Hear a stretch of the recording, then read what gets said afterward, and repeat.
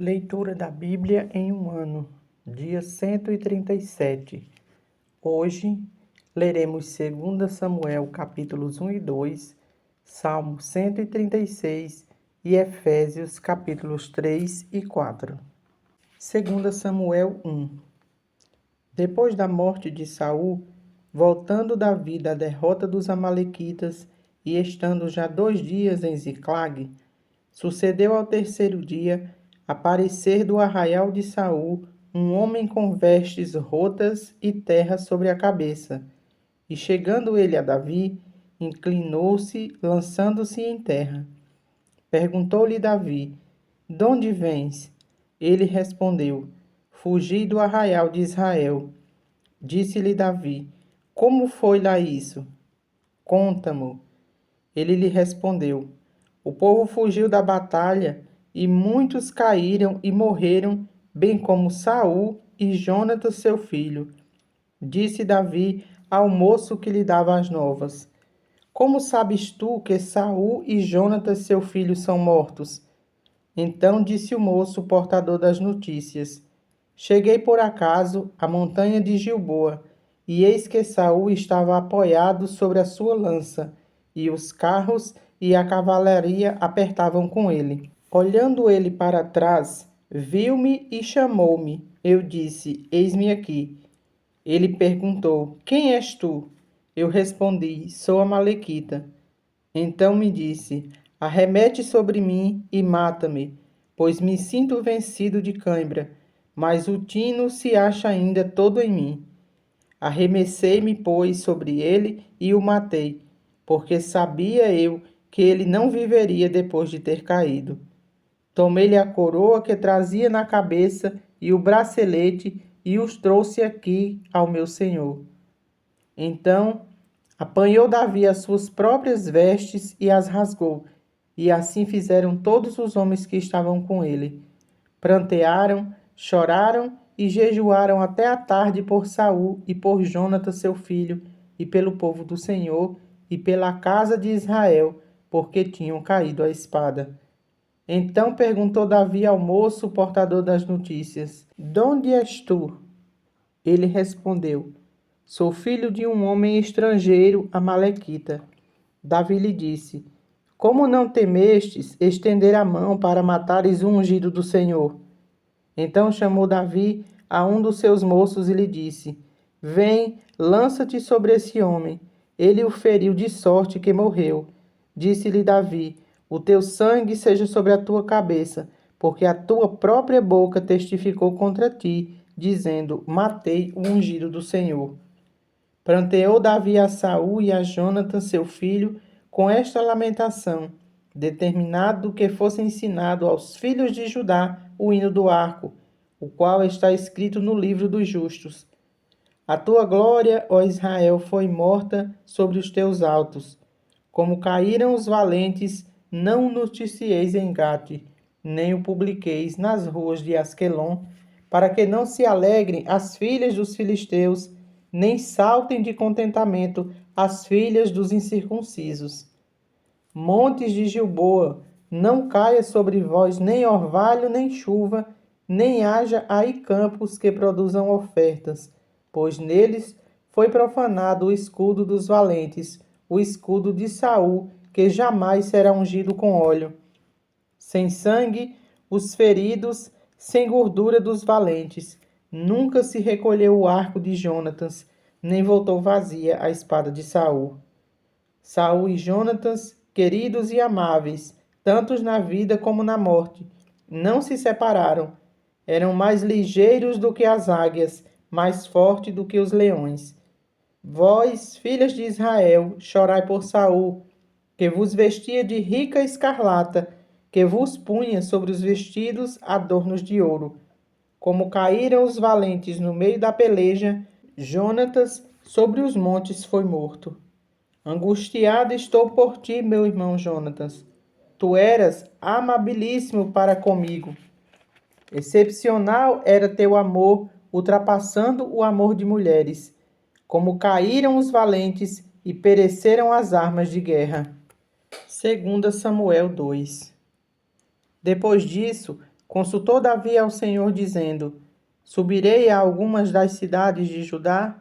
Respondeu-lhe o Senhor: Sobe. Perguntou Davi: Para onde subirei? Respondeu o Senhor: Para Hebrom. Subiu Davi para lá, e também as suas duas mulheres, Ainoã, a gislita, e Abigail, a viúva de Nabal, o carmelita. Fez Davi subir os homens que estavam com ele, cada um com sua família, e habitaram nas aldeias de Hebrom. Então vieram os homens de Judá e ungiram ali Davi, rei sobre a casa de Judá. E informaram Davi de que os homens de Jabe-Gileade foram que sepultaram Saul. Então enviou Davi mensageiros aos homens de Jabe-Gileade para dizer-lhes: Benditos do Senhor sejais vós, por esta humanidade para com vosso Senhor, para com Saul, pois o sepultastes. Agora, pois, o Senhor use convosco de misericórdia e fidelidade. Eu vos recompensarei este bem que fizeste.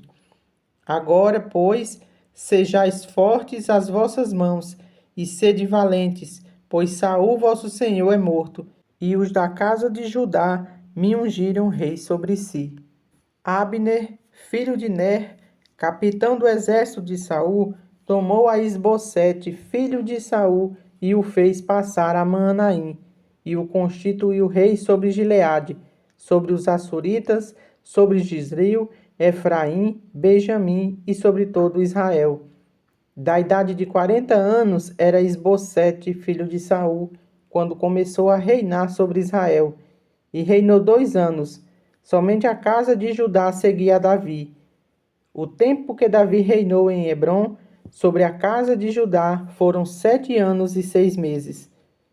Saiu Abner, filho de Ner, com os homens de Isbosete, filho de Saul, de Manaim a Gibeão.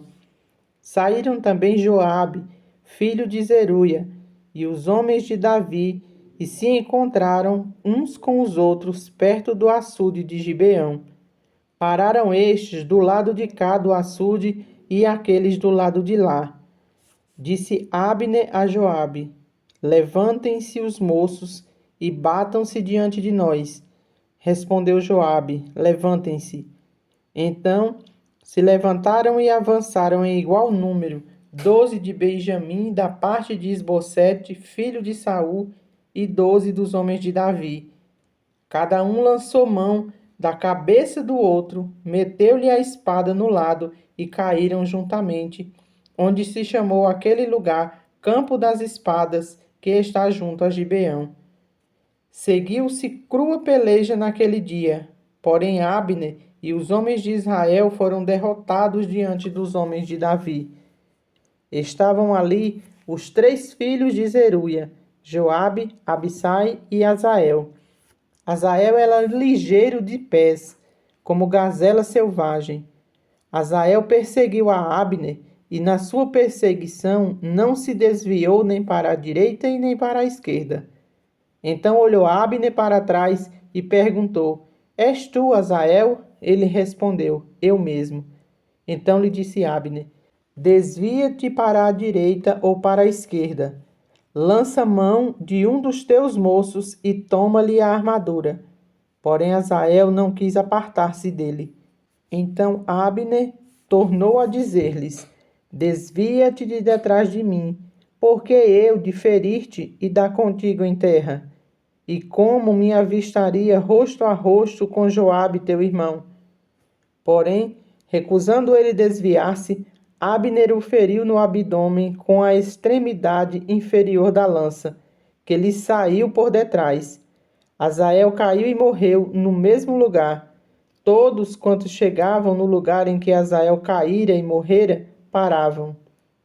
Porém Joabe e Abissai perseguiram Abner, e pôs-se o sol quando chegaram eles ao outeiro de Amar, que está diante de Giá, junto do caminho do deserto de Gibeão. Os filhos de Benjamim se ajuntaram atrás de Abner, e cerrados numa tropa, puseram-se no cima do outeiro. Então Abner gritou a Joabe e disse: Consumirá a espada para sempre? Não sabes que serão amargas as suas consequências? Até quando te demorarás em ordenar ao povo que deixe de perseguir a seus irmãos? Respondeu Joabe: Tão certo como vive Deus, se não tivesses falado, só amanhã cedo o povo cessaria de perseguir cada um a seu irmão. Então Joabe tocou a trombeta e todo o povo parou. E eles não perseguiram mais a Israel e já não pelejaram. Abner e seus homens marcharam toda aquela noite pela planície, passaram o Jordão e, caminhando toda a manhã, chegaram a Maanaim. Joabe deixou de perseguir a Abner, e tendo ele ajuntado todo o povo, faltavam 19 dos homens de Davi, além de Azael. Porém os servos de Davi tinham ferido dentre os de Benjamim, dentre os homens de Abner, a 360 homens, que ali ficaram mortos. Levaram Azael e o enterraram na sepultura de seu pai, a qual está em Belém. Joabe e seus irmãos caminhavam toda aquela noite, e amanheceu-lhes o dia em Hebrom. Salmo 136. As misericórdias de Deus. Rendei graças ao Senhor porque Ele é bom, porque a sua misericórdia dura para sempre.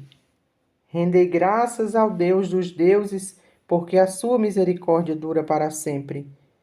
Rendei graça ao Senhor dos senhores, porque a sua misericórdia dura para sempre. Ao único que opera grandes maravilhas, porque a sua misericórdia dura para sempre. Aquele que com entendimento fez os céus, porque a sua misericórdia dura para sempre. Aquele que estendeu a terra sobre as águas, porque a sua misericórdia dura para sempre. Aquele que fez os grandes luminares, porque a sua misericórdia dura para sempre. O sol para presidir o dia, porque a sua misericórdia dura para sempre. A lua e as estrelas para presidirem a noite, porque a sua misericórdia dura para sempre. Aquele que feriu o Egito nos seus primogênitos, porque a sua misericórdia dura para sempre. E tirou a Israel do meio deles, porque a sua misericórdia dura para sempre. Com mão poderosa e braço estendido, porque a sua misericórdia dura para sempre. Aquele que separou em duas partes o mar vermelho, porque a sua misericórdia dura para sempre. E por entre elas fez passar a Israel, porque a sua misericórdia dura para sempre. Mas precipitou no mar vermelho a Faraó e ao seu exército, porque a sua misericórdia dura para sempre. Aquele que conduziu seu povo pelo deserto, porque a sua misericórdia dura para sempre. Aquele que feriu grandes reis, porque a sua misericórdia dura para sempre. E tirou a vida a famosos reis, porque a sua misericórdia dura para sempre. A Seom, rei dos amorreus, porque a sua misericórdia dura para sempre. E a Og, rei de Bazã, porque a sua misericórdia dura para sempre. Cujas terras deu em herança, porque a sua misericórdia dura para sempre. Em herança a Israel, seu servo, porque a sua misericórdia dura para sempre. A quem se lembrou de nós em nosso abatimento, porque a sua misericórdia dura para sempre. E nos libertou dos nossos adversários, porque a sua misericórdia dura para sempre. E dá alimento a toda a carne, porque a sua misericórdia dura para sempre. Ó, tributai louvores ao Deus dos céus, porque a sua misericórdia dura para sempre. Efésios 3. Por esta causa, eu, Paulo, sou o prisioneiro de Cristo Jesus, por amor de vós, gentios. Se é que tendes ouvido a respeito da dispensação da graça de Deus, a mim confiada para vós outros. Pois segundo uma revelação, me foi dado conhecer o mistério, conforme escrevi há pouco, resumidamente. Pelo que, quando ledes, podeis compreender o meu discernimento do mistério de Cristo, o qual, em outras gerações, não foi dado a conhecer aos filhos dos homens, como agora foi revelado aos seus santos apóstolos e profetas no Espírito, a saber que os gentios são co-herdeiros, membros do mesmo corpo e coparticipantes da promessa em Cristo Jesus por meio do Evangelho, do qual fui constituído ministro conforme o dom da graça de Deus a mim concedida, segundo as forças operantes do seu poder. A mim, o menor de todos os santos, me foi dada esta graça de pregar aos gentios o evangelho das insondáveis riquezas de Cristo e manifestar qual seja a dispensação do mistério desde os séculos ocultos em Deus que criou todas as coisas, para que pela Igreja a multiforme sabedoria de Deus se torne conhecida, agora dos principados e potestades nos lugares celestiais, segundo o eterno propósito que estabeleceu em Cristo Jesus, nosso Senhor, pelo qual temos ousadia e acesso com confiança mediante a fé nele. Portanto, vos peço que não desfaleçais nas minhas tribulações por vós, pois nisso está a vossa glória. Por esta causa me ponho de joelhos diante do Pai, de quem toma o nome toda a família, tanto no céu como sobre a terra, para que, segundo a riqueza da sua glória, vos concedas que sejais fortalecidos com poder, mediante o seu Espírito no homem interior. E assim habite Cristo no vosso coração, pela fé, estando vós arraigados e alicerçados em amor, a fim de poderdes compreender com todos os santos qual é a largura, o comprimento e a altura e a profundidade, e conhecer o amor de Cristo, que excede todo entendimento, para que sejais tomado de toda a plenitude de Deus. Ora, aquele que é poderoso para fazer infinitamente mais do que tudo o que pedimos ou pensamos, conforme o seu poder que opera em nós, a ele seja a glória na Igreja e em Cristo Jesus, por todas as gerações, para todo o sempre. Amém. Efésios 4. Rogo-vos, pois, eu, o prisioneiro no Senhor, que andeis de modo digno da vocação a que fostes chamados, com toda a humildade e mansidão, com longanimidade, suportando-vos uns aos outros em amor, esforçando-vos diligentemente por preservar a unidade do Espírito no vínculo da paz. Há somente um corpo e um Espírito, como também fostes chamados numa só esperança da vossa vocação. Há um só Senhor, uma só fé, um só batismo, um só Deus e Pai de todos, o qual é sobre todos, age por meio de todos e está em todos. E a graça foi concedida a cada um de nós segundo a proporção do dom de Cristo. Por isto diz: quando ele subiu às alturas, levou cativo o cativeiro e concedeu dons aos homens. Ora, que quer dizer subiu, senão que também havia descido até as regiões inferiores da terra? Aquele que desceu é também o mesmo que subiu acima de todos os céus para encher todas as coisas. E ele mesmo concedeu uns para apóstolos, outros para profetas, outros para evangelistas e outros para pastores e mestres, com vistas ao aperfeiçoamento dos santos para o desempenho do seu serviço, para a edificação do corpo de Cristo, até que todos cheguemos à unidade da fé e do pleno conhecimento do Filho de Deus, a perfeita varonilidade, à medida da estatura da plenitude de Cristo, para que não mais sejamos como meninos, agitados de um lado para outro e levados ao redor por todo o vento de doutrina, pela artimanha dos homens, pela astúcia dos que induzem ao erro. Mas seguindo a verdade em amor, cresçamos em tudo naquele que é a cabeça, Cristo, de quem todo o corpo, bem ajustado e consolidado pelo auxílio de toda junta, segundo a justa cooperação de cada parte, efetua o seu próprio aumento para a edificação de si mesmo em amor. Isto, portanto, digo e no Senhor testifico, que não mais andeis como também andam os gentios, na vaidade dos seus próprios pensamentos, obscurecidos no entendimento, alheios à vida de Deus, por causa da ignorância em que vivem pela dureza do seu coração, os quais, tendo se tornado insensíveis, se entregaram à dissolução para com avidez cometerem toda sorte de impureza. Mas não foi assim que aprendestes a Cristo, se é que de fato o tendes ouvido e nele fostes instruídos, segundo é a verdade de Jesus.